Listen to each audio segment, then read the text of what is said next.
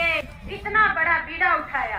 आप सबकी अपन सबकी जिम्मेदारी बनती है समाज में अगर परिवर्तन लाना है तो इस तरह से इन सब कुरीतियों को दूर करने के लिए सबको संगठित होके मजबूत रहना पड़ेगा, क्योंकि आने वाली पीढ़ी भटक जाएगी और इन कुरीतियों में बिगड़ जाएगी। इसलिए सबको एकजुट होना पड़ेगा। यह नहीं कि एक ही व्यक्ति समाज सुधार की बात करता है, जो यहाँ महासम्मेलन में आए वही बात नहीं करे, जो घर पे भी बैठे हैं वो भी समाज सुधार की बात करेंगे। तो कंधे से कंधा मिलाकर समाज सुधार की बात करेंगे तो ही अपना समाज आगे बढ़ेगा।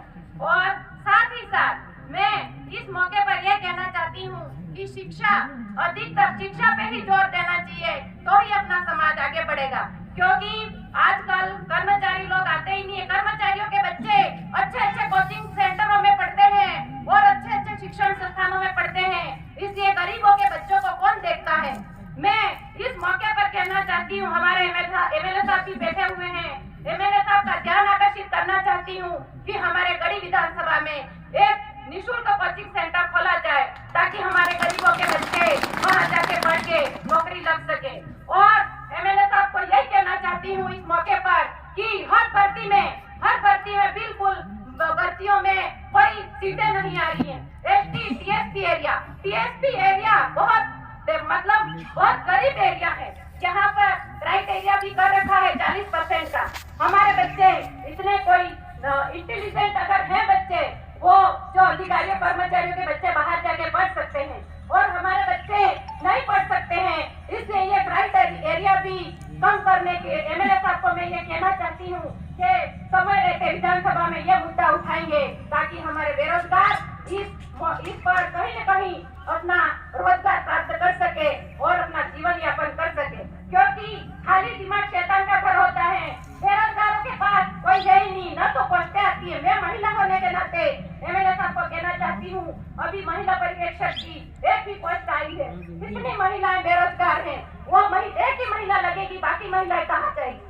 आज महिलाएं यहाँ नहीं आई है इस अवसर पर, और महिलाओं को अधिक से अधिक संख्या में यहाँ आने की जरूरत है, क्योंकि महिलाएं यहाँ आएगी और इस ऐसे मौके पर बताएगी तो ही पता चलेगा समाज को और हमारे जनप्रतिनिधियों को, तो ही पता चलेगा। अगर घर पे बैठी रहेगी और हम तो पढ़ रहे हैं, कहाँ पढ़ रहे हैं, उदयपुर पढ़ रहे हैं, जयपुर पढ़ रहे हैं, क्या पढ़ोगे, सीट तो एक ही आ रही है, बाकी पोस्ट लोगे आप। अभी वन कहाँ से पढ़ते ही नहीं है।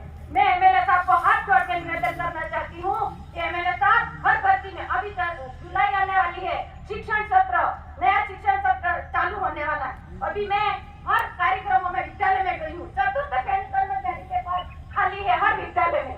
और मैं ये TSP area, tribal area, MLA साहब को यह कहना चाहती हूँ, हमारे 1 से 8 तक बच्चों की भोजन व्यवस्था है, 1 से 12 तक बच्चों की भोजन व्यवस्था लागू करवाने का अधिक से अधिक विधानसभा में मुद्दा उठाए और यह लागू करवाए।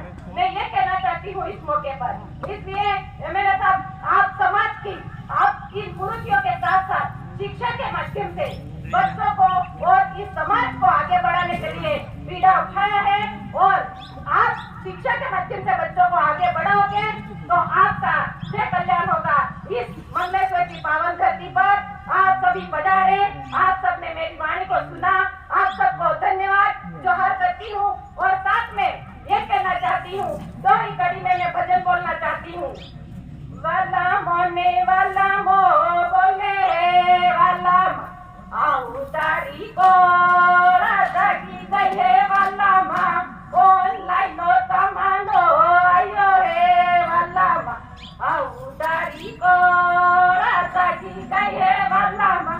जय भारत, जय आदिवासी, जय। बहुत बहुत धन्यवाद मैडम, आपने मंच से अपनी अच्छी बात रखी। इसी कड़ी में अब क्योंकि 2 मिनट